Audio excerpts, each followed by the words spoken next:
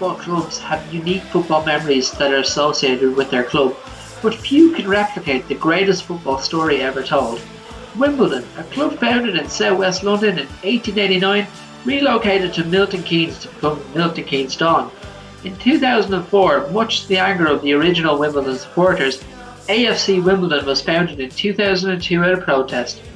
Many people know the infamous Crazy Gang side of Dennis Wise, Vinnie Jones, John Fashanu under their manager David Bassett.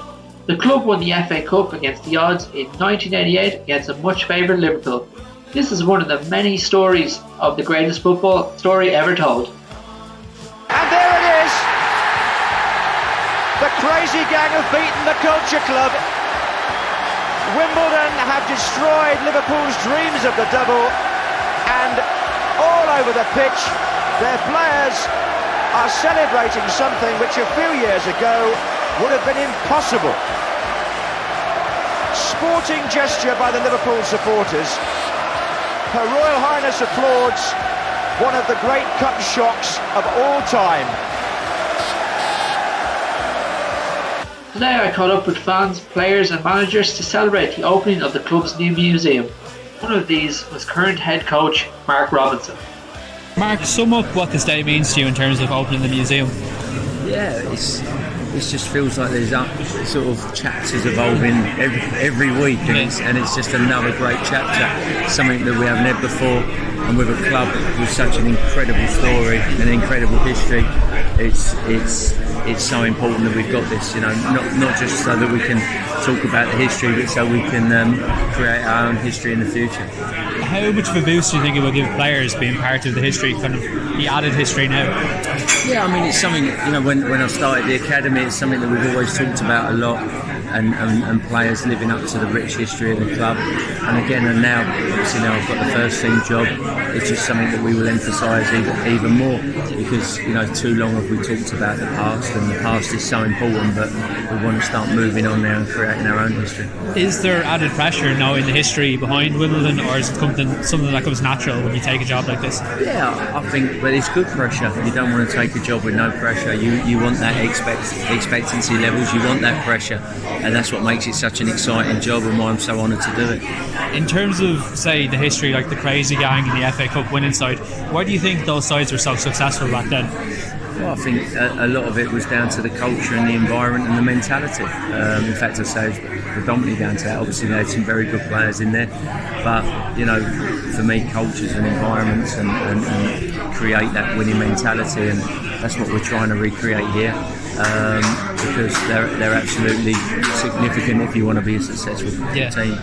And in terms of the younger generation, how important is it for the next generation to see this kind of history that wouldn't know? It's hugely, and we've always, as I said, we've always tried to educate them on it, but now having something here that we can actually come and see is absolutely vital. Yeah, that's all I have. Thanks very much, and hope you enjoy the exhibition. Thank you.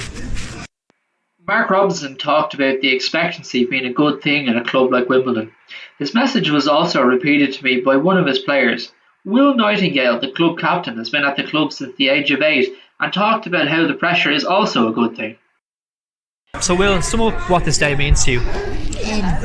Well, obviously you just get to spend a day with the die-hard fans, the lifelong fans really, and you see, when you end up speaking to them, you see in their faces and their emotions how genuine and how much it means to them. And when it means so much to someone else, you kind of buy into it really. So obviously I'm only 26 as it is now, so there's a lot of these bits of memorabilia that I wasn't old enough to remember, but you really get a feel for the club when you get taken through this life trail, and you see the different periods, and no, it's brilliant really, because like I said, when you see how much it means to some people, again you can feel that attachment and that bond with the fans. So you're obviously club captain. Is there added pressure for you when you know the history that's gone through the club? I wouldn't say added pressure. I'd say there's maybe more emotions involved possibly, but with things like that, and when you're on the stage in football, I think you have to learn to deal with these emotions, and it's just a part of the sport really. So it's something that I've had to try and deal with and learn to cope with really over the years. How important do you think it is for the younger generations to see people like yourself at the current crop and the old crop to kind of get a feel for what Wimbledon is? Yeah, I think obviously, to be fair, I think every individual is different really, and I think it's down to that individual how much you want to buy into something. All I can say is the fact that I've bought into it, I feel like it does give me an added bonus, and I'm a massive believer in any little bonus you can grab, you should, because it's those little 1% in life that are going to make the difference. What is your highlight as a Wimbledon captain, being at the club? Obviously I've had quite a few ups and downs. I've had a few operations over the years, so I've had a bit of a stop-start career really, but I think since I've come in and around the first team, come in at League 2, broke in, and we've managed to retain our league status in League 1, so I've had a promotion in the early stages of my career, and now we've managed to retain our League 1 status. I'm hoping to push on and get another one.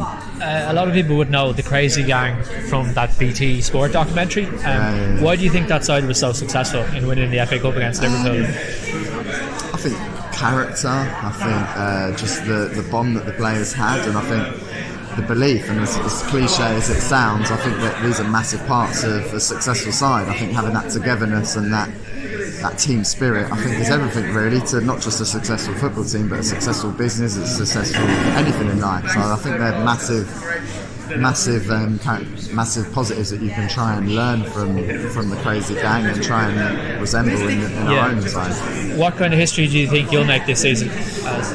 I think the sky's the limit really. I think as a close team in and amongst ourselves, we don't like setting targets, because as soon as you set a target, then where do you go from there really? So I think we know ourselves where we want to achieve, but at the same time we're just going to go game by game, and we want to win every game of football. We think we're good enough to, and if we go out with that attitude, then we should be more than alright. Yeah, that's all I have. Thanks very much, and I hope the season goes well. Thank you very much. Nightingale represents the new Wimbledon, but what about the older generation that have won cups, been through the football leagues, seen Wimbledon relocated to Milton Keynes?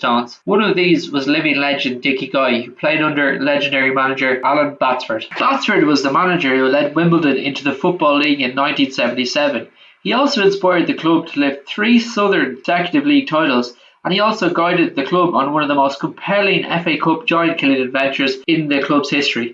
I understand your late husband was one of the most famous managers at the club. Could you tell us a little bit more about the kind of how he inspired the team?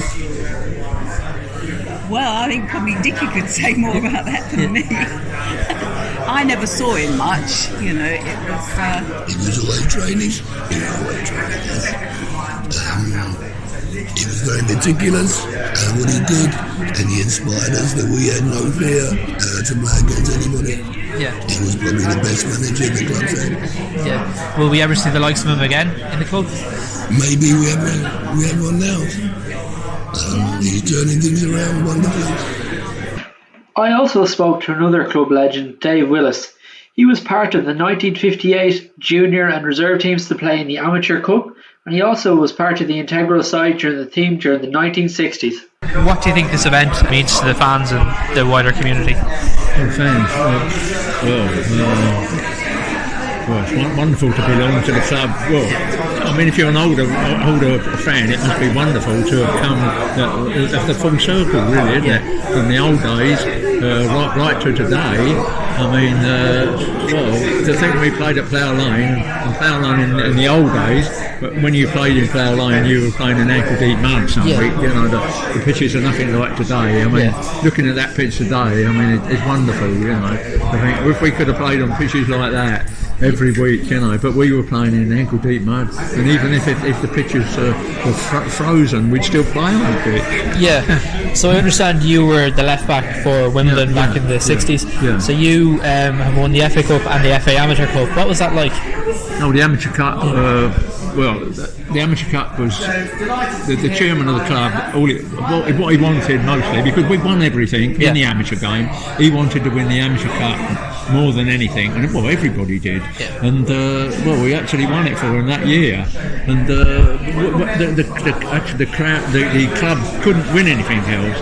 That's as far as they could go, really, without keep on winning the league every year, which we won it 3 years running. And the club decided to turn professional, and they turned professional, and I was offered professional terms with the club, and I turned professional with the club and spent. In them days we were in the Southern League, and then I left the club. I wasn't retained, I think it was about 1971, so before they actually moved into the Football League. So you obviously are part of the greatest story ever told. When the relocation of the club happened, how did you feel as a player? Well, the trouble was with Wimbledon, they grew too quick. They grew too quickly, didn't they? You know, so I mean, Plough Lane was a wonderful non-league ground, but it wasn't suitable for Premier Division football, was it? Yeah. So that was the reason. And I mean, they had to go to Crystal Palace, and I mean that was suicide, really, wasn't it? Yeah, it's so and then the Plough Lane. Well, to come back here, like to actually to Plough Lane again, and play in Plough Lane, and Plough Lane's got a ring to it, isn't it? Yeah. And everybody knows Plough Lane. Don't matter what, if you ask an Accrington supporter or a Liverpool supporter, they all know where Plough Lane is. In terms of the FA Cup win in 1988, the Crazy Gang, how did you feel watching that, and what made that side so successful? I only watched it on the television, that game. Yeah. Well, we were complete underdogs anyway, wasn't we? Never expected to win that, and they were the biggest favourites ever, I think, Wimbledon, Liverpool in them days, and well, it's unbelievable, really, isn't it? And now we won, and that was 25 years after we won the Amateur Cup, and to have won it, so 25 years in between we won the Amateur Cup and the FA Cup, and gone virtually into Europe, haven't we? How do you think this museum opening inspires younger kids to support Wimbledon and get involved with the club? For today? Yeah, well, in terms of how do you think kids will take being part of the greatest story ever told? Well, they've only got to come here, really, haven't they? They've only got to come to the ground, see what the ground's like, and well, if I was a kid, I wouldn't want to start at Chelsea, even if I was probably good enough at Chelsea. I'd want to start with a team like Wimbledon, work my way up. I mean, young kids that go to Chelsea and big teams like that, I mean, they never get a chance, do they? I mean, you can work your way up. Well, like I did when I was young, I worked my way up. I was a 17-year-old when I come down here, and I worked my way up from the junior side to the A side to the reserves into the first team. And I mean, you've got to be exceptional to do that at a team like Chelsea, haven't you? Yeah. So, I mean, what I would say to them, start at a team, come down here and see the facilities, second to none, really, and start at a team like Wimbledon. And what is your hope for the season ahead? What do you hope to see happen? Well, I think they can only improve now. They can only get better, can't they, Wimbledon? And I'm sure in the years to come, in the next maybe 10 years, they could make it into the Premier. Yeah, that's all I have, and thank you very much for giving me your time. I helped you anyway. Thank you. But what about the fans? What do they have to say about the special day? Xavier Wiggins runs Don's Trust, the local action group, a local network of volunteers initially formed in response to the COVID-19 crisis and now permanent across Merton, Wandsworth and Kingston. He's been a Wimbledon supporter through and through. Here's what he had to say about the day. I'm here with Xavier Wiggins. Tell us a little bit about yourself. And so I'm the co-chair of the Don's Trust, which is the fan-owned body of AFC Wimbledon, because we're largely owned by the fans, as many people will know. And also co-founder of the Don's Local Action Group. So we're operating in Wandsworth, Kingston and Merton, helping to fight the effects of poverty, and have been since the start of COVID. How did you get into this? I've been a Wimbledon fan for a very long time, so from sort of 14 years old, I'm now 50, back at Plough Lane. But first time in 30 years, it just feels incredible. Every game is special. I was just saying to somebody there, I hate going home from Plough Lane. I love the place so much. It's fantastic. When the event happened, in terms of the relocation, what did it mean to you as a fan when it happened? It was devastating. You get used to stuff. Football fans get used to stuff. So we got used to Selhurst Park. We got used to Kings Meadow. But it was never home. I don't consider us to have had a home game for the last 30 years. We've been playing in someone else's stadium, and that's what it's always felt like. Yeah, and in terms of this exhibit and the museum, how do you think it inspires young Wimbledon fans who wouldn't necessarily be aware of the history of the club? Yeah, it's going to be fantastic. I mean, the start that this has made is great. The room is awesome. The tour around the ground, the memorabilia that's going to be everywhere that you go is just it's hugely exciting, and it's deserving. It's football's greatest story, deserving of such a thing. But I think it's really important to emphasise as well that the club is. It's the first team on a Saturday. That's really, really important. But it's the academy, it's the foundation stuff that they do in the local estates. It's the Don's Local Action Group. Even today, we've got probably 60, 70 volunteers out there on stalls collecting food. It's Wish. It's the ladies are playing this afternoon at Carshalton at 2:00. It's one big positive club, and I'd encourage your listeners to just get involved with it. Come and try it. Come and have a look. See what you can do. So, what's been your highlight as a Wimbledon fan throughout the years? Sorry. Throughout the years, my single highlight. Yeah. Wow. I mean, I cried about 6 times at the first game back because that was just incredible. Coming back to Plough Lane for that first match was incredible. Matches wise, clearly winning the cup against Liverpool at Wembley in '88 was fantastic, but there's so many other highlights. This club just keeps creating stories and history. Creating Don's Local Action was a massively proud thing to see the community operate like Don's Local Action has done, with 2,000 registered volunteers, but also all of the people in the boroughs that are coming and dropping food every single day. It's incredible. So many highlights. Have you seen a bigger kind of impact after COVID? Have people become more kind of, willing to give stuff to the community? We've really evolved, right? So we started in the fight against COVID, people in isolation, etc. Whereas now it's very much against fighting the effects of poverty. People need explaining. Why are you still here? Right, because a lot of people thought it was COVID, but we're here because there's so much poverty around us, right? And we're in a position where we can do some good stuff. I was looking at a stat recently, and since the very beginning of this, we've created and redistributed food for about 3.5 million meals. Which is phenomenal, 2,200 devices and stuff. None of it would be possible without this kind of wartime, going back 200-300 years even, community thing. At the beginning of COVID, people were knocking on neighbours' doors, right? People who had never spoken to neighbours were knocking on doors. They were doing shopping for them, and it's just manifested itself in this hugely positive thing. Fantastic. So, just in terms of the football side, why do you think the Crazy Gang were so successful in terms of that Wimbledon side that won the FA Cup? Well, funnily enough, a lot of that was started by Harry Bassett, an absolute Wimbledon legend, and that was, he was one of the people that got his head around data very, very quickly. He was all about getting it into the last third of the pitch, and if you're going to lose the ball, you lose the ball there, not before it. Right? So our success was about using what we had. Right? And that's about our success now, right? So we had something different there. We felt that a style of football would work that others were confused by, and we were much more the long ball team, right? But these days, it's about really working. I mean, we've got the best head coach manager we could ever wish for, in my opinion, and he's a teacher, right? He wants to take. He can't go out and spend loads of money, so he has to use what we've got, and he has to keep improving them. He has to keep working on every little part of their game, all the detail. So that's how we do it. We just have to do it differently and more intelligently than others. So in terms of the season, what's your kind of hopes for the season? I've been really clear to my mates. I said that when Robbo came in last season, his points extrapolated over a season would have been 64. He's had a summer, so he I don't know if it puts him under too much pressure, but I said 74. He gets 10 points for his own summer. So you won't in or around the playoffs. Do you think you'll replicate the FA Cup win? Would you hope that would happen? Or? Why not? We can win at Arsenal in the League Cup to start off with, and the sky's the limit with this football club. We can be a massive fan-owned football club. Fan ownership is not a barrier to success; it is a driver for success. I hope it goes well, and thanks very much for giving me your time. Thank you.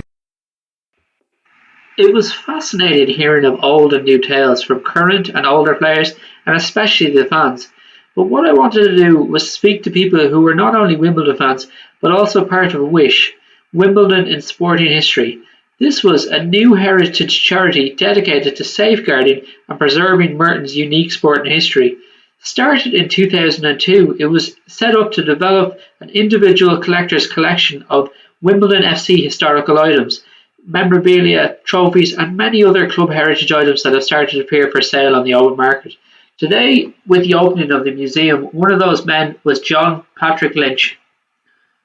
What have you thought of the exhibit opening today? For me, it's been a lifelong dream. Really, I started collecting items myself, back in the '60s. Obviously, the club had quite a checkered history. We had to move. We lost Plough Lane, moved to Sellers Park, and then we had the franchising. And what saw happening was a load of our provenance went missing and was suddenly appearing on auction sites, etc. So whenever I had the money, I would buy stuff and bring it back. And I guess my dream was that I'd hand it over to the club.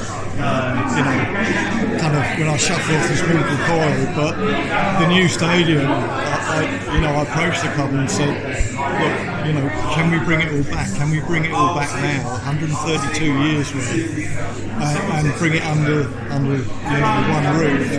And it's been 3 years in the making, and this is chapter 1, really. So, what's been the highlight for you supporting the club all these years?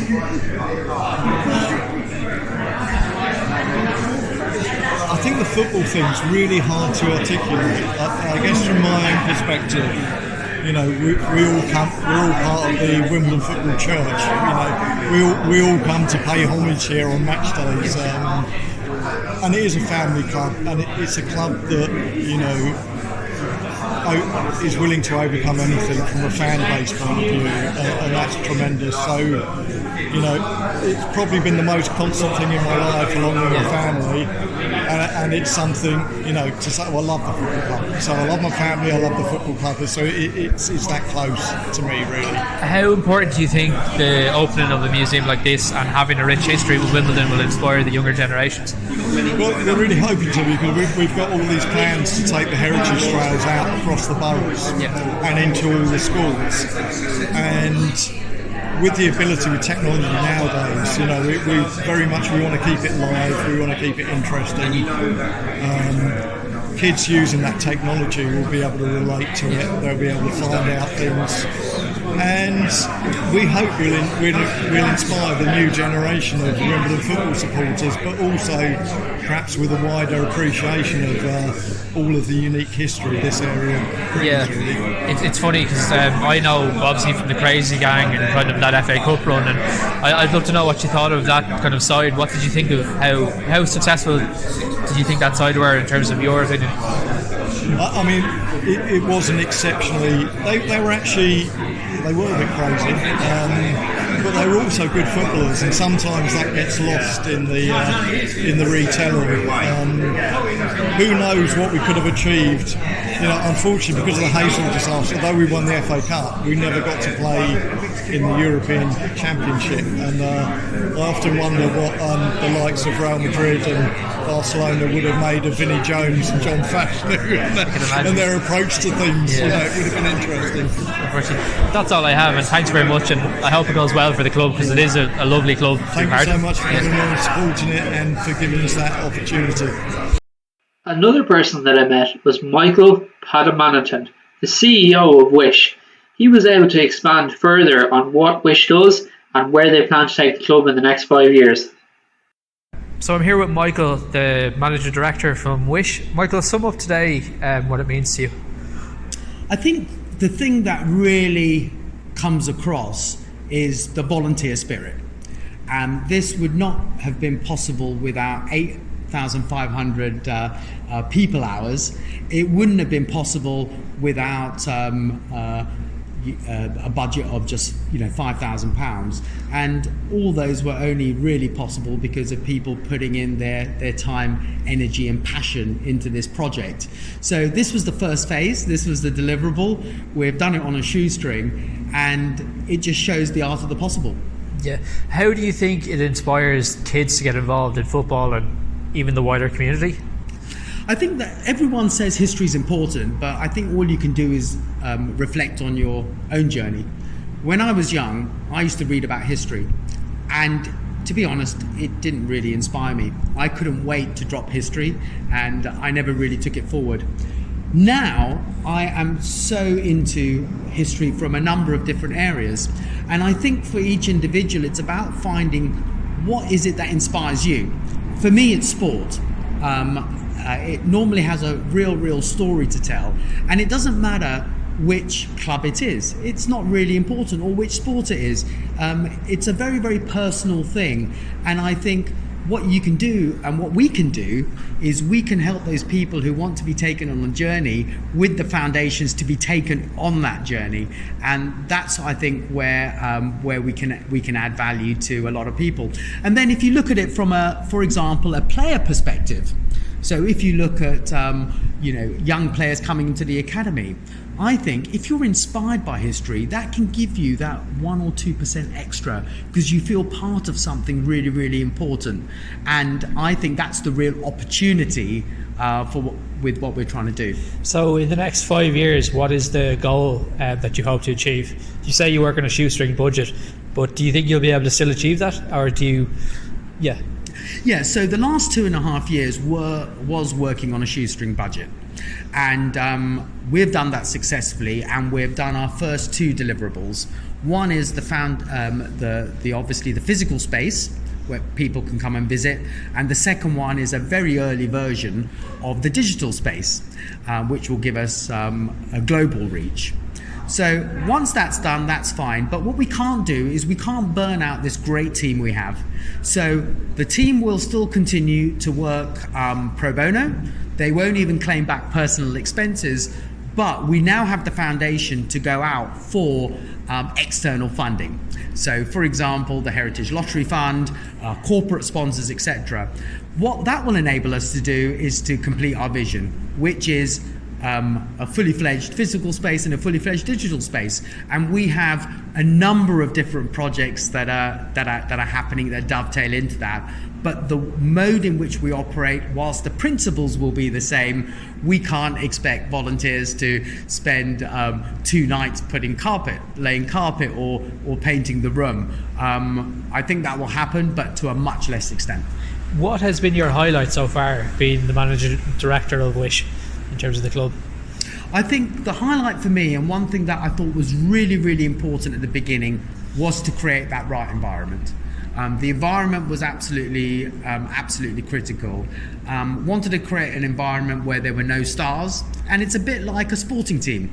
You may get somebody who's very creative and very skillful, and you may have somebody who goes around and making tackles, and they're both important to the success of that team. So for me, my first goal was to build that management team and induct that management team and make sure that management team really saw this as a part-time job that you don't get paid for. That was the first phase, and luckily I had to handpick those people because they're people I've worked with before in different guises.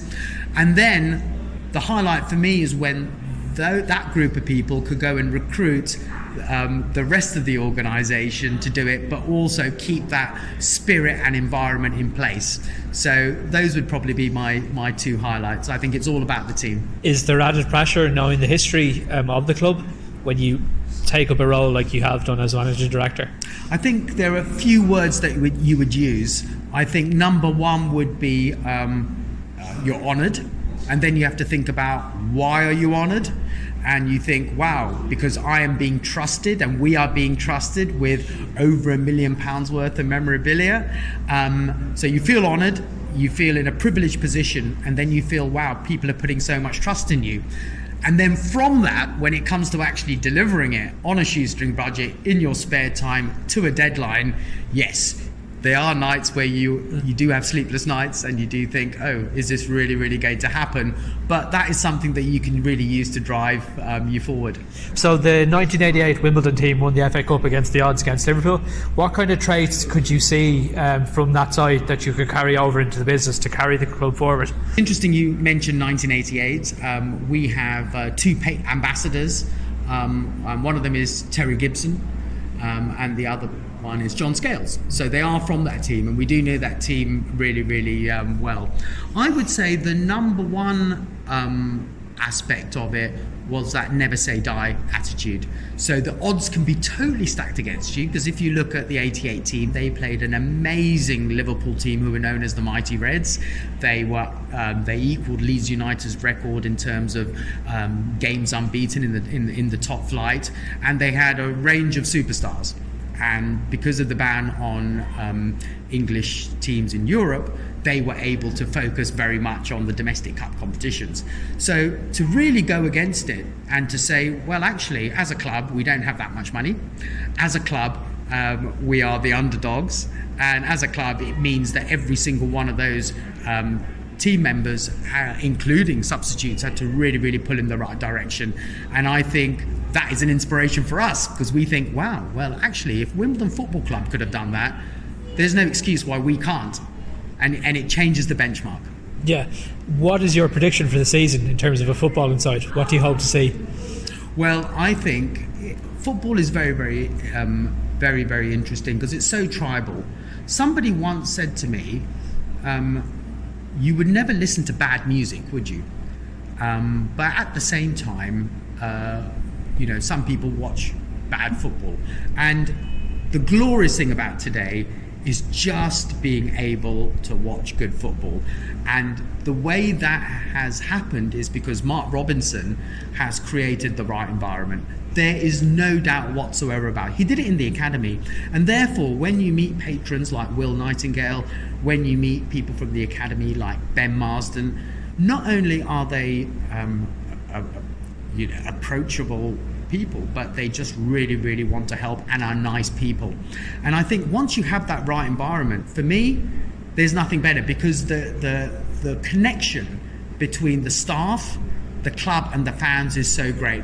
So the football will happen, and we can make predictions, but I have never seen us play consistently football like this ever before. The only time I ever saw it before, I think, was in 2016 with the under-18s cup run, where every game we went to, whether it was Newcastle, Watford, was just amazing football. And now we're seeing that on a weekly basis. So very, very powerful.